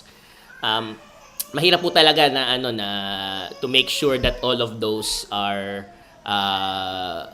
achieved. I also, in one of the meetings, we heard from in terms of analytics po, just because we have a very low percentage of elderly who are vaccinated, yun po talaga yung ating yung kailangan nating pagtuunan, because based on the analysis, if the vaccinated elderly, if we increase that usually is 5 times more effective than giving the booster shots for those who have already received. Raymond, pero yung point ng information systems, no? Kasi, of course, Eric has picked up on this na dito sa US, 3 lang naman yung bakuna. Pero actually, when you think about it, now, if we think about Mela's analysis na titingnan mo, yung homologous, yung heterologous, yung ito, pwede combine dito. Actually, pwede mong i-algorithm yan eh. Meaning, in a computer setup, in a computerized or digital setup, you can just key in what you had, right? Because it was recorded. So for example, here in the US, there are only 2 pieces of information that they get. Eh. Your name and your birthday and what vaccine you had. So hindi ka pwedeng mandaya eh. Sabihin na, wala pa akong bakuna. Lalabas at lalabas siya. So parang ako iniisip ko, well, over the long haul, no? Sabihin man natin na ngayon mahirap siyang gawin. Over the long haul, we'll have to do this because I think this is related to what I was saying earlier, no? The UK is having another surge. Singapore is having another surge. We have to put in place the systems para parang malinaw. Parang kunyari, nabakunahan ka ng Sinovac, naka-record na yon. So ang kailangan mo, 3rd dose. Di ba? Hindi booster na Moderna. Mga ganon. Pero 2 information sets, 2 data points lang ha. Name and birthday. Kasi ano yung possibility na may Susan Mercado naka-birthday ko? Maliit. Maliit yung posibilidad. That's true. So you're gonna put in too many things like your address, whatever. It's just your name and your birthday and what vaccine you got and when. Very simple. Anyway. Although for other countries, Dr. Susie, the reason it's effective is because they have already implemented a national ID system, which we are still a little bit in its infancy. So if we had that, I mean, we could reduce the number of required data elements for that to... You'll have less confusion kasi titingnan mo lang eh. Parang, kumbaga, parang ATM mo lang yun eh. Ano bang pwede mong kunin? And then the computer figures it out for you. Anyway, so... Eric, did you have something to add to this discussion? Yun nga, talagang we need this, even our pharmacovigilance is getting a lot more complicated. Siguro pag nag-boosters na iba-ibang vaccine ang natanggap ng isang tao. So it's really not that easy, and it's a very complicated thing. No? Kaya yun nga talagang hinay-hinay lang. No? Sinasabi nga ni Raymond kanina, there are so many things to consider. No? The supply of vaccines. Unfortunately, pagdating kasi sa EUA, for example, safety and efficacy lang eh. Ang pwede namin tingnan, hindi ko naman pwede tingnan na dahil may mag-expire, expand ko na yung EUA, ibigay na rin sa bata. Or hindi sa iyo yun sa eh. health That's not, worker. hindi yun sa iyo eh. No? That's not your call eh. No? Oo, so sometimes complicated, but you know, when you look at the nitty-gritty and you have very clear naman guidelines on making decisions, napapadali din naman. Kaya lang, we really just have to follow the processes. Yeah, Mela, what do you want to add to this? Si Mela, tahimik lang yan, pero lahat ng research binabasa. Sige nga. It's complicated even at the science level, no? I mean, I gave you parang the really overview of the data, pero kung talagang bubusisiin namin pa yon na dapat gawin namin, like different studies, iba-iba yung dosing interval. From the primary to the boost, merong short, merong long. So hindi din automatic, probably hindi dapat automatic sabihin na o basta Pfizer followed by Moderna, ganito yung results. Kasi nga pwedeng pag short ang interval, iba pala yung results. Sa long interval, iba pala yung results. Unfortunately, we only have 13 studies to play around with. No? Kaya nga sabi ko, will new studies give us different set of conclusions? So yun din yung medyo mahirap. And then I also see some questions here, no? What I gave you, just to clarify, is boosting, no? Para marami pang ibang studies. I think we have a different set of reviews din naman, looking at what we call as talagang mix match, meaning yung first dose mo iba sa second dose mo, no? Yun, I think that's a bigger review kasi pati yung hindi lang yung combination na Astra-Pfizer, pero iba rin yung Pfizer-Astra. So medyo mahirap din sa sa brains, no? Pero kung paano namin siya aayusin na ito yung best. Although there is a research methodology na tawag namin network meta-analysis. So ipa-project po namin yan so that we can really see, at least based on what we have, ano ba talaga yung best combination na primary, tapos best combination din na booster. Pero mahirap po talaga.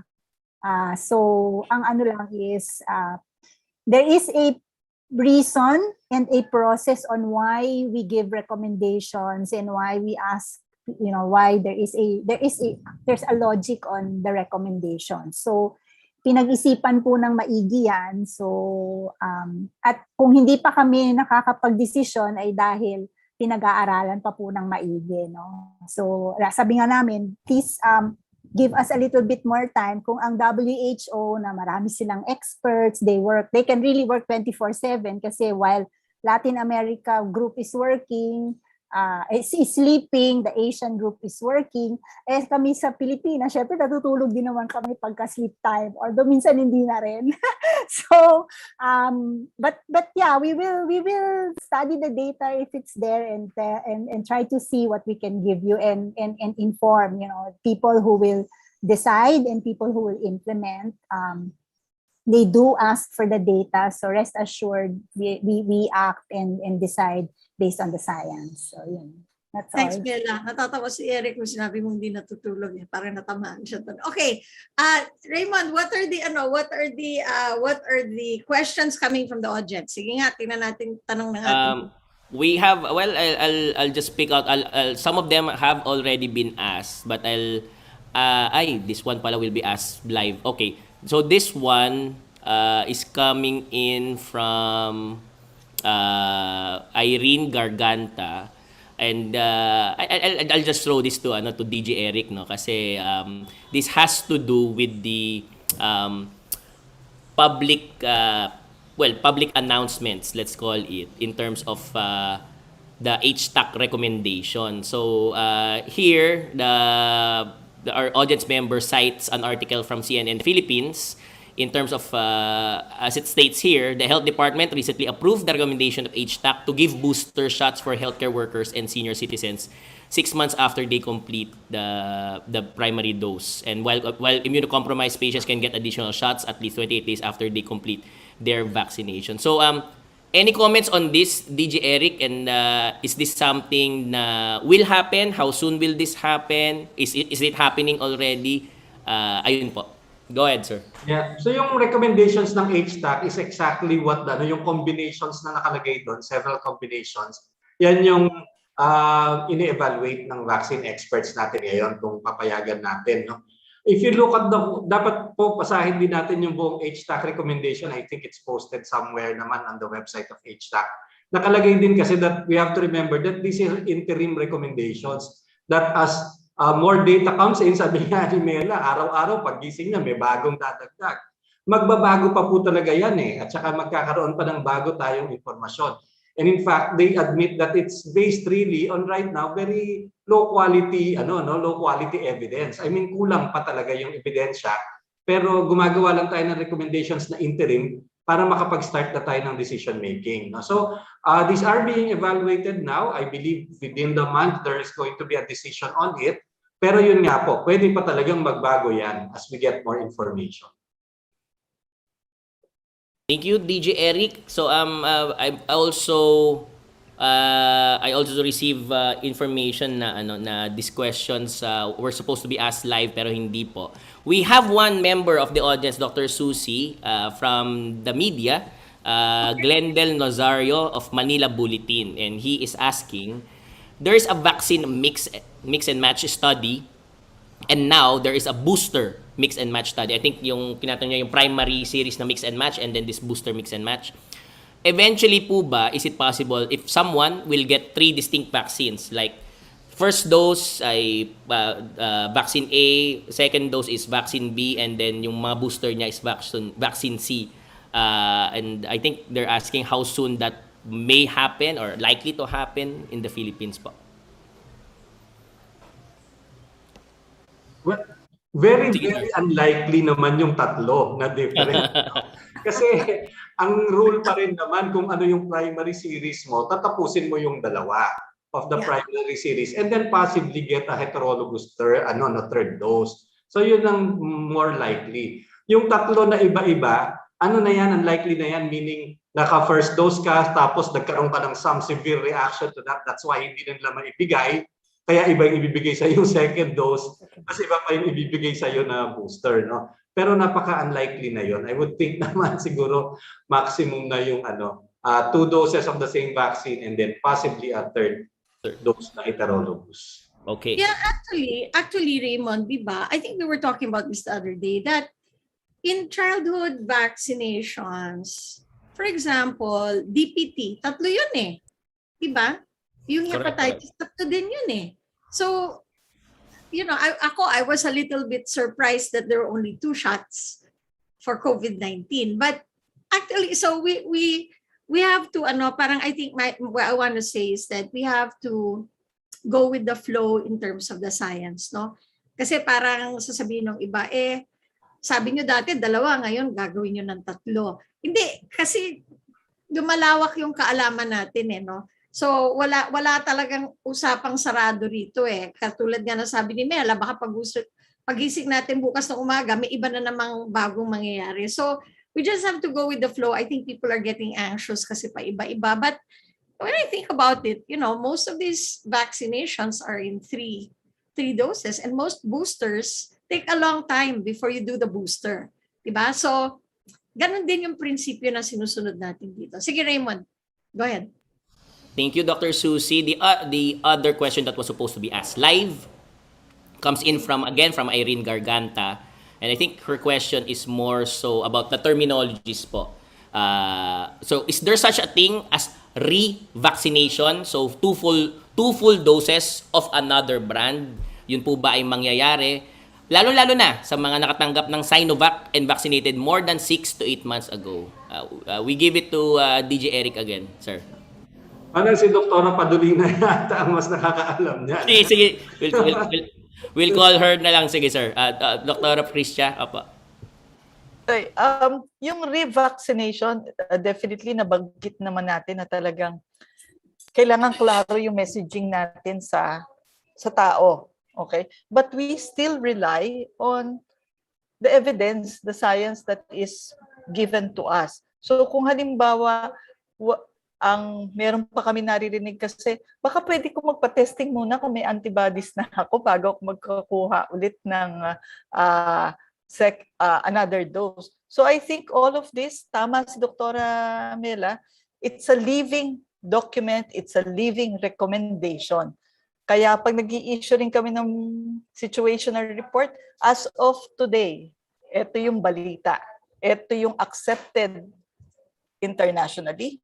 Locally, wala tayong data pa or inaaral pa. Because we're very careful dahil andun pa rin naman yung takot sa vaccine at ayaw natin na mapaso yung community na sabi nyo tapos magkakaproblema kami. That is why we are really threading this very carefully and relying on concrete data and advisories coming from the experts. Yun lang po, Raymond.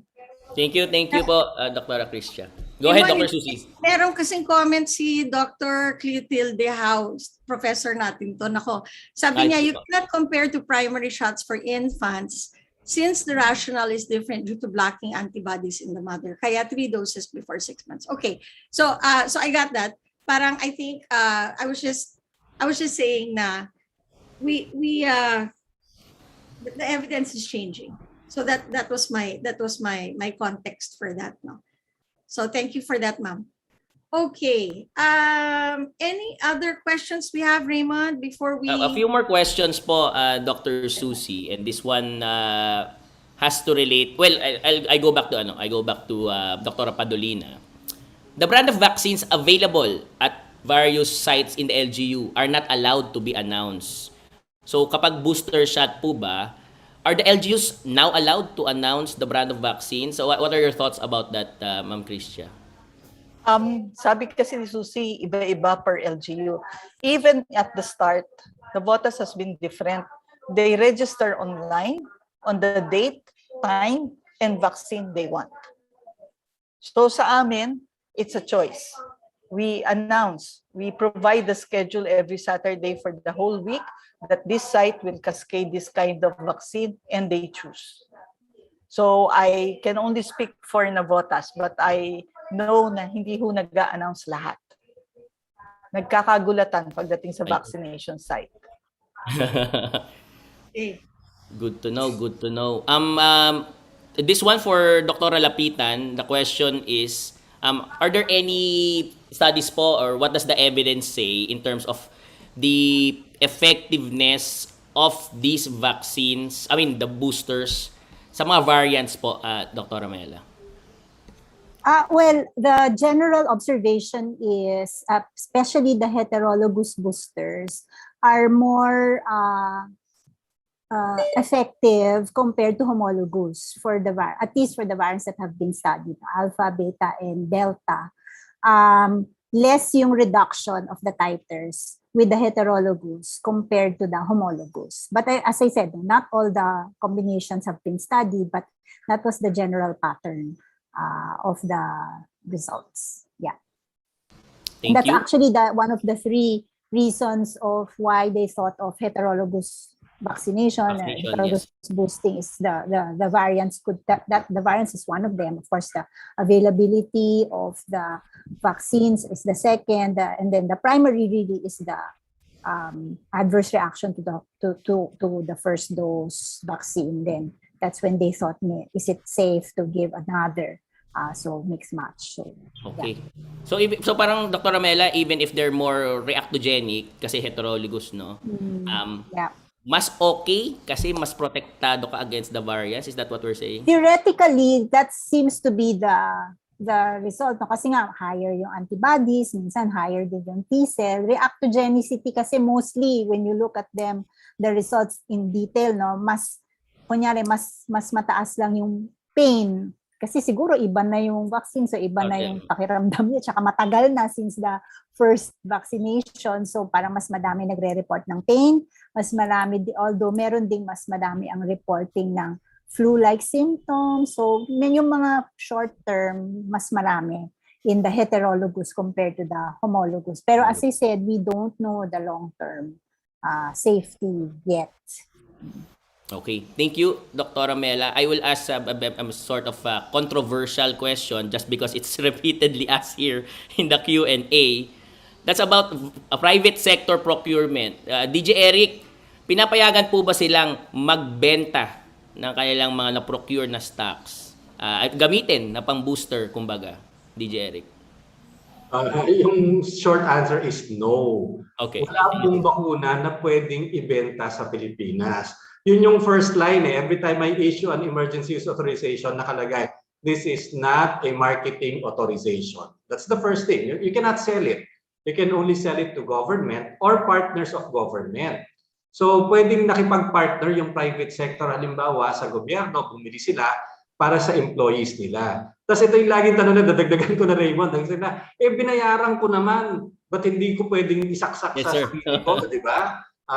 Binayaran ko naman ang pera ko. Tandaan po natin, nung binayaran nyo yon, inisip nyo, yun yung bakuna na tatanggapin nyo. Kaya lando sa kahihintay nila, nagpabakuna sila, pumila sila kay Dr. Christia, nagpabakuna sila ng libre, kinuha nila sa ibang Pilipino yung bakuna na yon, ano? So kung meron po kayong binayaran man na bakuna, kung ako naman nasa puso ninyo, i-donate nyo na dun sa hindi pa nabakunahan. Dahil meron pang 45%, 55% na Pilipino na kahit isang bakuna wala pa.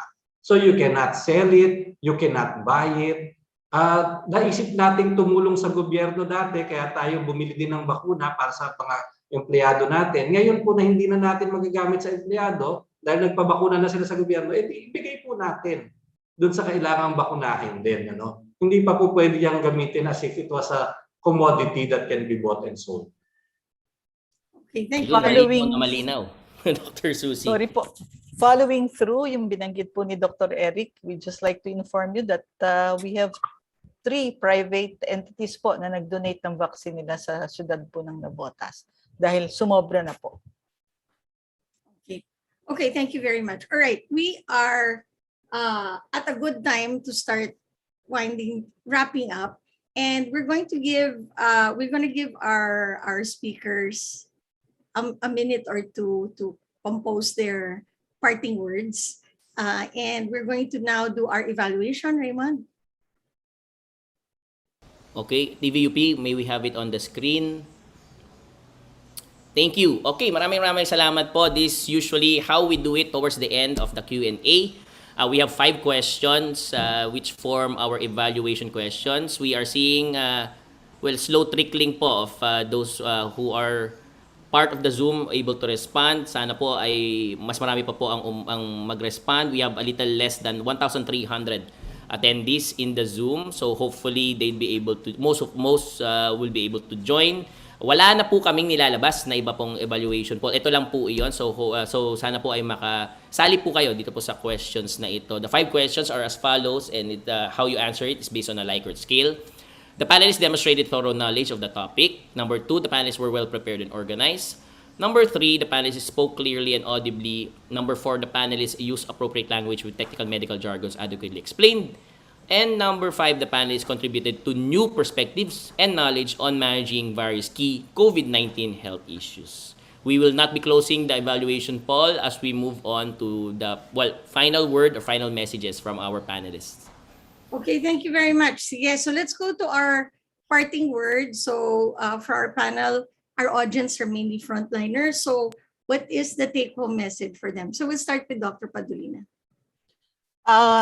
Let me say that konting tiis na lang po sa frontliners. Definitely, what if boosters would be given, it should be safe. Equity should be there. And I would appreciate as a provider the flexibility that will be provided if allowed in terms of booster. I will rely on our scientists to provide the best evidence because definitely we deserve as Filipinos the best. So kung ano yung tama, yun yung ibigay. So with that, maraming salamat po. Thank you very much. That's Dr. Christia Padolina of Navotas. Dr. Mela. Mela, go ahead. Well, rest assured, we are working very hard to keep us updated on what is the latest about vaccination, in COVID vaccination. So just be careful of the information that you receive. Make sure that it is correct, it is true, it is validated, and there are reliable sources of information. And also trust your government officials that we are really studying what will be the best for us as a nation to get out of this pandemic. Thank you. Okay, thank you very much, Mela. And now, Dr. Eric Domingo of FDA. Yeah. I think we all want to protect our healthcare workers and our senior citizens. Pero the best way to protect is really to vaccinate everybody. So concentrate muna tayo doon at this time and stop this virus from circulating. Pag ganun, protektado tayo lahat. We do recognize that there's going to be a need to protect our frontliners and the most highly vulnerable. Pero yun nga talaga pong it will have to be based on really strong scientific evidence. Safety muna tayo and makita muna natin na may added benefit. And we will do it as quickly as we can. And once matapos naman po yan magka-decision, we will share the information with everybody so that everybody will be guided. Okay, thank you very much. It's Dr. Eric Domingo, the Director General of the Food and Drug Administration. I don't know if Ted is still here. Ted, are you here? Dr. Ted, baka nagsimula na yung event nila, Dr. Susie. Wala na yung event nila sa Baguio. Okay. So, okay. Thank you so much for our speakers, for your time. We know you're very busy and I know our audience is really appreciating you. You can see in the chat box yung pasasalamat ng ating mga tagapakinig. Okay, we will now go to our closing remarks. And we have, of course, Chancellor Menti Padilla of UP Manila. Menti. Magandang hapon po sa inyong lahat. Webinar 77 was opened by Dr. Ted Herbosa, and he started by saying that because of the success of the public health measures, we celebrate the following milestones. Well, first, we have given 106 million doses by the end of October 2021.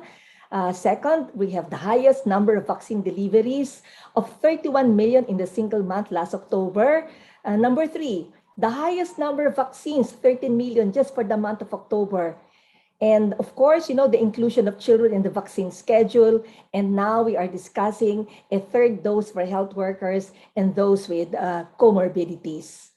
Our first speaker is a regular, FDA Director General Eric Domingo. And here are the highlights of his talk. All vaccines in the Philippines are still under emergency use authorization. They were given EUA because it has been shown that the benefits outweigh the risk. There are 8 vaccines with EUA, and of the 8, only 2 vaccines were granted EUA for the children, and that will be Pfizer and Moderna. Now, in terms of the number of doses, 6 of the vaccines have 2 doses and 2 with a single dose. DG Eric informed us that every time there is a product variation, they have to apply at FDA for an amendment. So there is a process. So we don't have to worry because that is exactly what FDA is doing for us, protecting us by conducting the process for the approval of the amendment. DG Eric explained the difference, and this is the interesting part because he explained the difference of an additional dose and a booster dose. You know, so confusing for everybody in this webinar. An additional dose is given to individuals with insufficient response to the primary series, and that will be for the elderly and the immunocompromised. And the second point is that an additional homologous vaccine is given at least 28 days after completion of the initial series. Now, on the other hand, a booster dose is given at least 6 months after the completion of the primary series. And usually the booster is given because of Maiksi lang pala to, 3 messages lang. We were informed that by DG Eric that FDA conducts post-authorization monitoring. But I think, you know, this is so crucial for us. You know, it's not a question of just FDA releasing an approval, but even after the approval, they continue to monitor the outcome of these vaccines. Now, he continues by sharing the experiences in other countries, but let me just share with you what the DOH All Experts Group has recommended. Well, first, the booster doses or third doses may actually be procured at this point, but we will await the recommendation of the WHO. Now, second, the issues of equity and flexibility will be considered in the decision making. DG Eric ended his talk with an assurance that the application for boosters are now under evaluation. Now, FDA expects WHO recommendation to actually come out in about 2 weeks, and that the DOH is already preparing for the guidelines for the rollout. So I think we're in good hands. We've got DOH and the FDA taking care of the decisions as far as the guidelines and the releases for all of us. Our second speaker is Dr. Mela Lapitan, and she presented the latest from the Philippine COVID Living Clinical Practice Guidelines. I just want to introduce the group of Dr. Mela.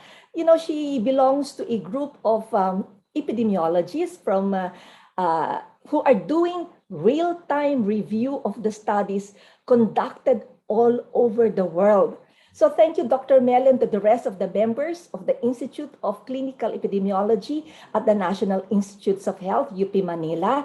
Totoo po, hindi na ho sila natutulog, no? Because every time there is something new, they have to evaluate. And just as they've finished reviewing the data, there's a new set of data again. So Dr. Mela started by saying that there are only 13 studies on heterologous booster COVID-19 vaccination. Only 13. 3 RCTs, 4 comparative cohorts, 3 single cohorts, 3 case studies, and 0 on clinical effectiveness. And the data is only on 28 days duration of safety following a post-booster titer measurement. Now, indeed, there are no long-term studies because everything is just being studied right now, so we don't have those studies at the moment. So thus, the conclusion is that there is really low certainty of evidence. But what is clear, according to Dr. Mela, is that boosting is immunogenic. If given, there is a higher antibody response and there is a higher immune response. Now, the interesting part is that Dr. Mela showed the results of the studies of the combinations of the different vaccines. And since all of us in this webinar received different vaccines for our primary series, I encourage you to watch the replay to review the results that are relevant to you. Now, the data that was presented by Dr. Mela actually showed the number of clinical studies, humoral and cellular response, and the safety. So I think, this is something to go back to, look for that combination and see, how it will apply to you now as a vaccinee. But indeed, the general observations are, according to Dr. Mela, are the following. Heterologous boosters are highly immunogenic. Heterologous boosters are more immunogenic than homologous vaccines with some exceptions. And heterologous vaccines are generally safe. So at the end, there are so many unanswered questions given to us by Dr. Mela. What is the best combination? When is the best time? How long do the effect last? Is an additional dose safe in the long term? And for our researchers, the questions. We have these questions for the researchers. What level of immunologic response translates to clinical protection? Does this correlate to protection the same for all vaccines? And the most important part is that will new and better studies reveal better results and better conclusions. Now, our team of epidemiologists have a lot of work to work on. She mentioned 96 registered trials on COVID-19 booster vaccination. And I understand when Dr. Mela was saying na wala na talagang tulugan. Because as they finish one job, they start reviewing the next set of data. Thank you again to Dr. Mela and the team of epidemiologists. Our reactor is a regular. Navotas City Health Officer, Dr. Christia Padolina. She is coming to this forum with 3 hats: as a city health officer, an obstetrician, and as an end user. And listening to her sharing, I think she represents the sentiment of most local government units in the ground. With the announcement of an additional dose and booster dose, they were flooded with questions. She had to release a communication statement to translate all of these issues, all of these terms in layman's terms.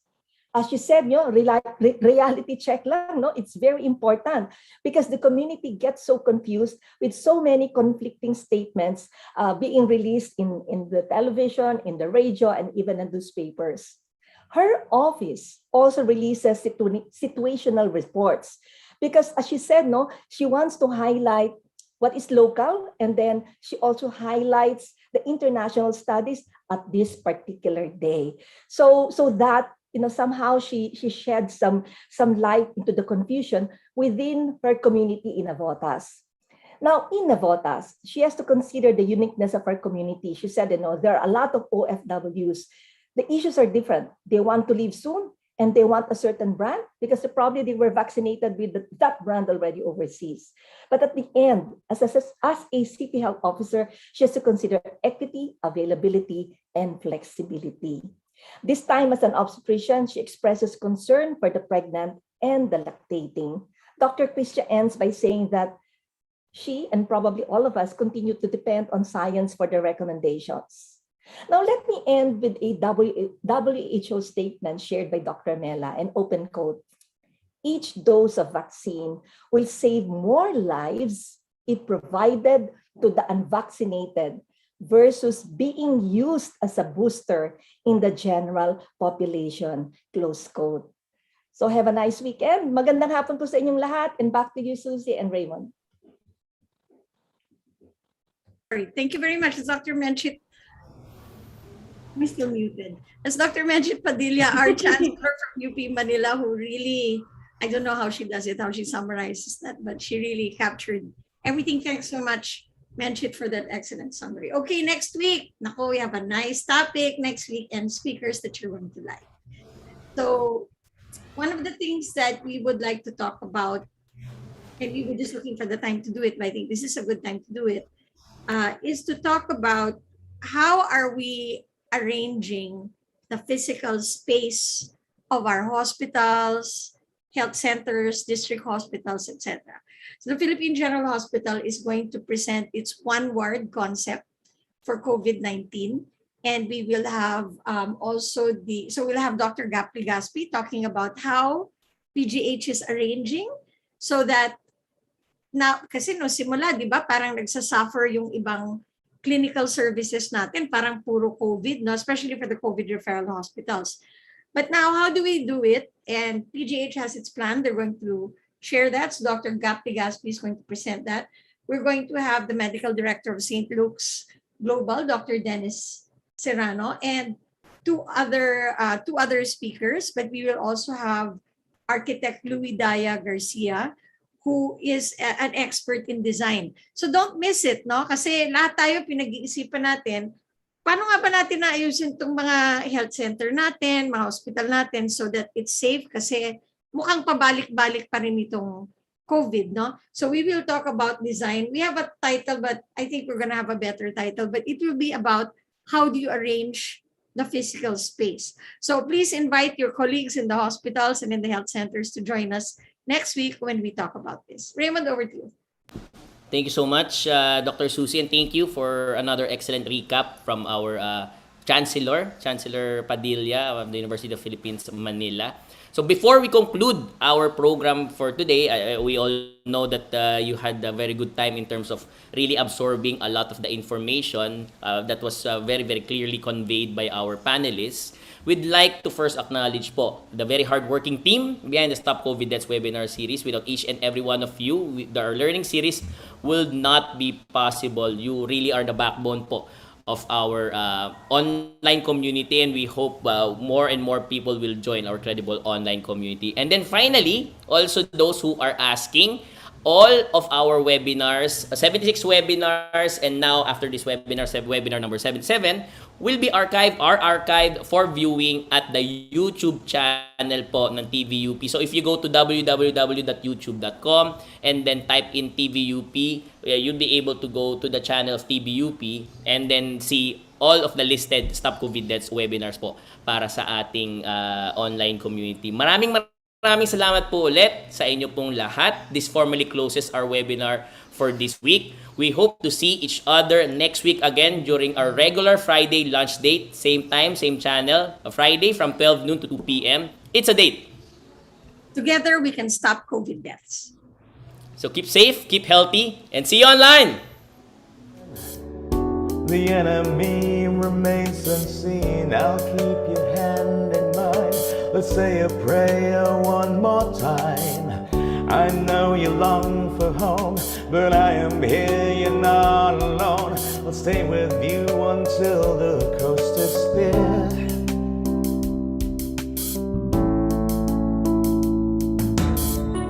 The others pain before my fears, the others love before my tears. But right behind the mask, I look into myself and ask, do I have strength to carry on? Oh God, how long must this go on? I need you here to keep me strong. I'm here to hold the line. I'll keep my word until my time. Just look into my eyes and say his name to realize it's fine to be afraid. Just hold on to the word he gave. This time will come to pass, 'cause this salvation's made to last. He'll carry you to see the break of day.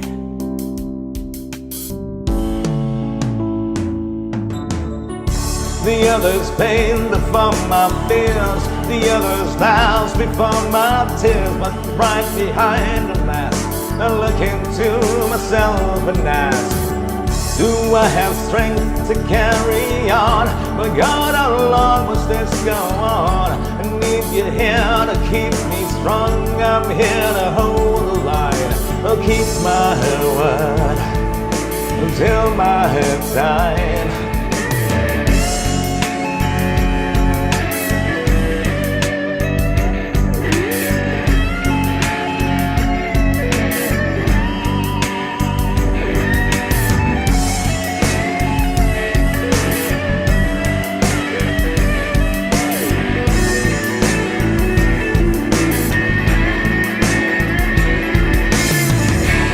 The others pain before my fears, the others loves before my tears. But right behind the mask, I look into myself and ask, do I have strength to carry on? But God, how long must this go on? I need you here to keep me strong. I'll keep my word, your word is mine. The others pain before my fears, pushing on despite the tears. Please take us through another day. Just hold my hand, and I will hold the line.